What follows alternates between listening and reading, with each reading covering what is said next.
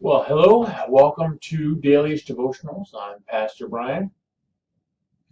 Today we're going to take another look at a devotional from the Ron Hutchcraft book, Start Your Trip with a Full Tank.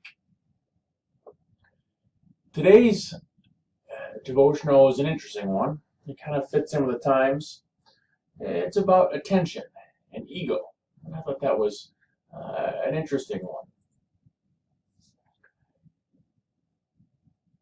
This cartoon was found on Ray's Doghouse on Facebook.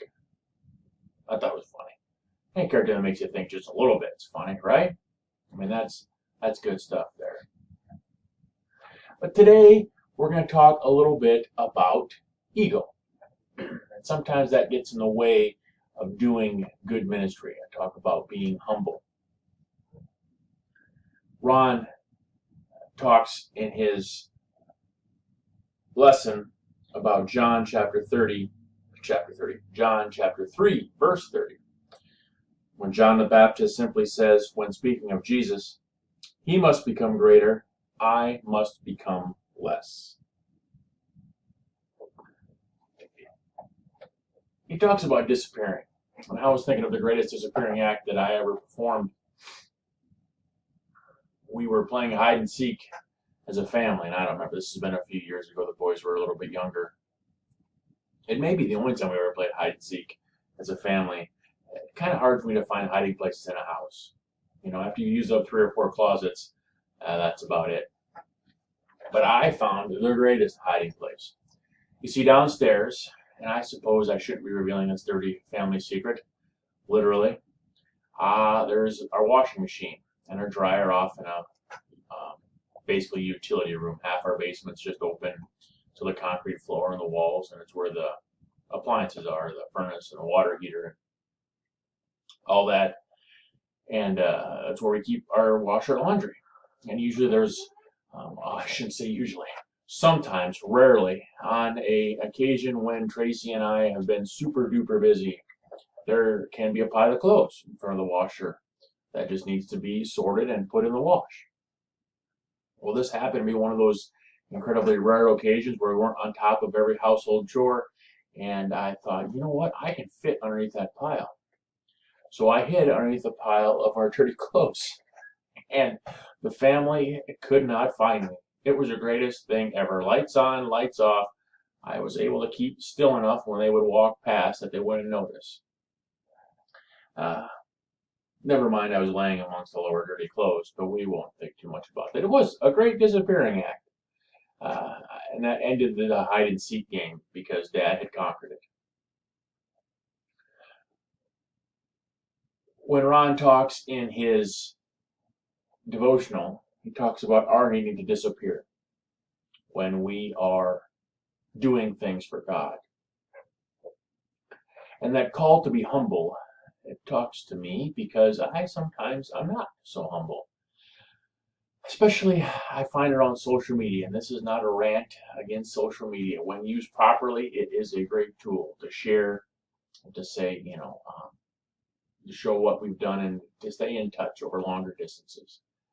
When used improperly, it can be a way to brag and to show off and to look at me type thing, and then it can become a contest. We start comparing, and what do I always say? I say comparison is the #1 killer of contentment. I didn't come up with that, but I liked it and stole it as my own.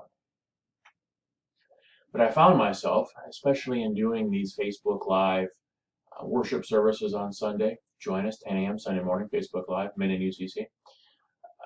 Also, doing these daily devotionals, that the first thing I'd want to do was how many people were watching, how many people viewed it, how many comments were there, how many likes, how many loves, how many dislikes, whatever.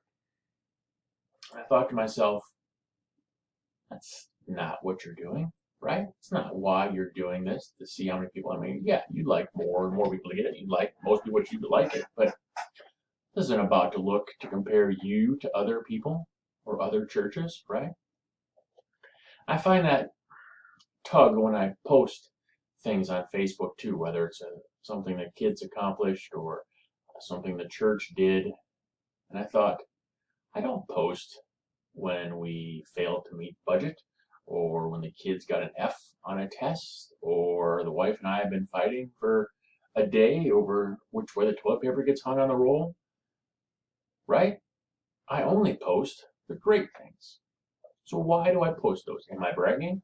Am I doing it as a look at me type thing? I don't know. It's a good question.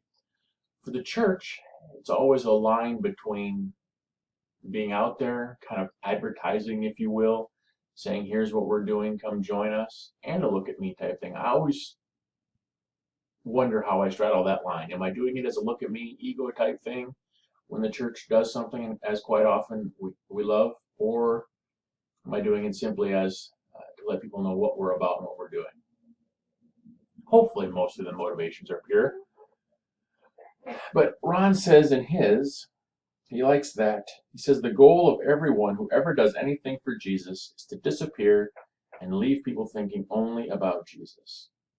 We need to say, he must become greater, I must become less. I find this sometimes manifests itself in when being asked to help people.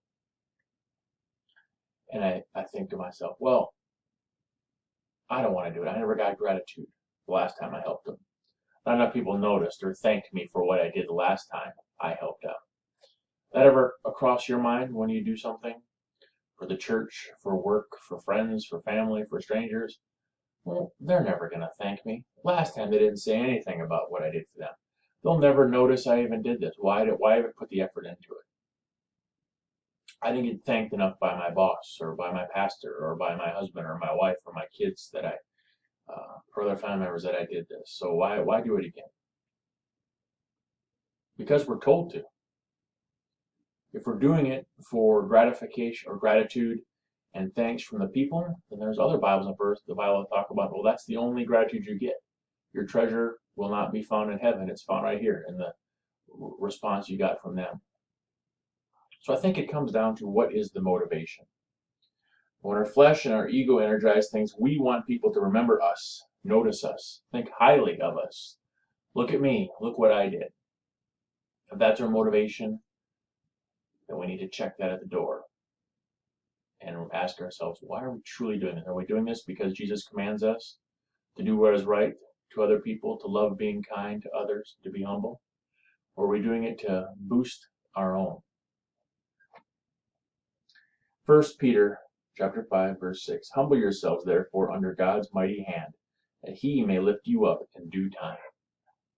Sometimes the best work is done in secret, in the background. No one ever knows about it. But rest assured, God knows about it. You bet it's nice to get a pat in the back, an attaboy, way to go, 100 likes, right? But if that's the reason you're doing it, God would say, humble yourself. They should see me through your actions, not you. So a challenge for today. If you're going to post something on social media, if you're going to do something, what's your motivation? Are you looking for thanks, gratitudes, likes? Or are you looking to do it just for God, to show the love of Christ, and to be humble? Thank you.